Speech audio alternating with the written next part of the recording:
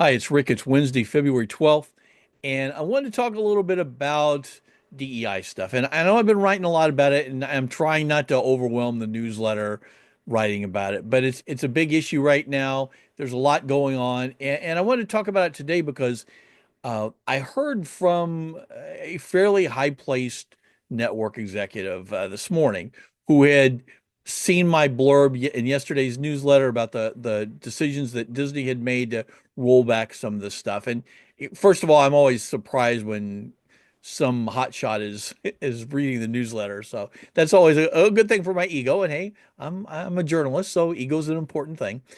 But he basically asked, "Look, you're not happy with what Disney did. What should we be doing? What would you suggest be a hot shot?"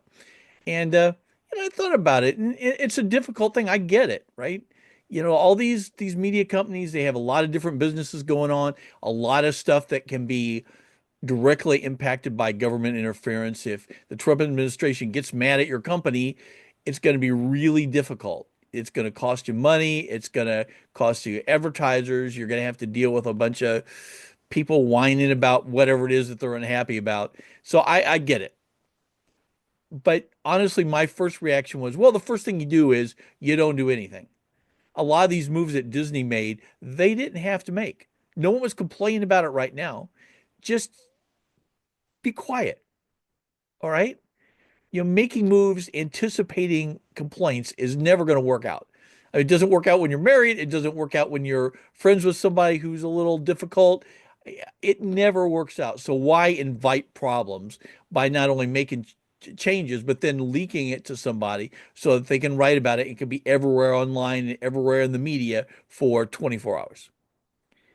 If you're concerned about getting pushback about DEI things, you know what? Change the name.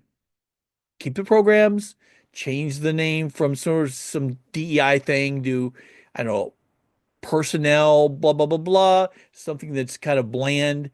And most likely no one will even realize that the name's been changed. And if they do, you can just say something vague along the, oh, we're realigning the name to match what we want the department to do.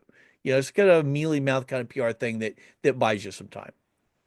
And like the idea of changing the description going into some of these old movies to make it less, I don't know. I don't want to use a word woke. I mean, just why do it? What's the point of it? I mean, is there anyone who's going to say, "Oh, good move, Disney. We're behind you"? No. Most people are going to shrug, and the ones that don't are going to roll their eyes or complain that Disney's folded.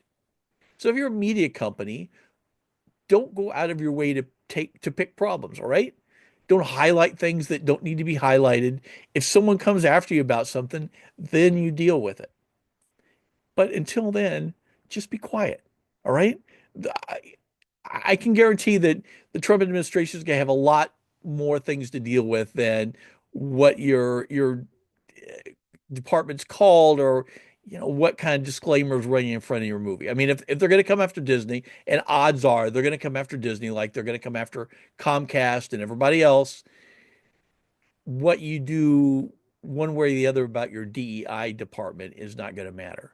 It's not going to buy you any goodwill, right? Donald Trump is not going to sit in his Oval Office and say, well, I was going to go after Disney, but they got rid of that DEI office. I think they're cool now. No, no. He just looks at it as, I've won something, so I'm going to keep winning. I'm going to keep pushing him to see what I can get out of the deal. So that's sort of my advice. I mean, I'm no expert on this. Just shut up, right? Don't go out of your way. Don't fold ahead of time. I mean, I don't expect companies to be some moral compass, some highfalutin moral pillar in the industry, right? They're companies, they're businesses. They have to make money. I get all that, right? I'm not corporations are not people, despite what several court rulings have said. All right. I don't expect them to have quote morals, but I think that they should try and reflect as many points of view as possible to reflect a diverse audience in a diverse company, in a diverse country. So it's not really rocket science. A lot of this is driven by fear. And I get it. Look, just about every executive decision is at its core driven by fear. But that's my answer, right? If someone said, well, "What do I do?" Just shut up, right? Don't go out of your way to make things worse. Don't highlight things that don't need to be highlighted. Okay? I mean, you're some big, strong executive. Just suck it up and do the little tweaks that you need to do, and then just move on. Anyway, I'm sounding crankier than even the normal today. I don't know if that's necessarily an attractive trait, but we'll see. I will talk to you later. There will be a newsletter out later, doing some interviews. I'm not sure I'm going to get them turned around in time for today's newsletter, but some interesting stuff coming up. Until tomorrow, see you then.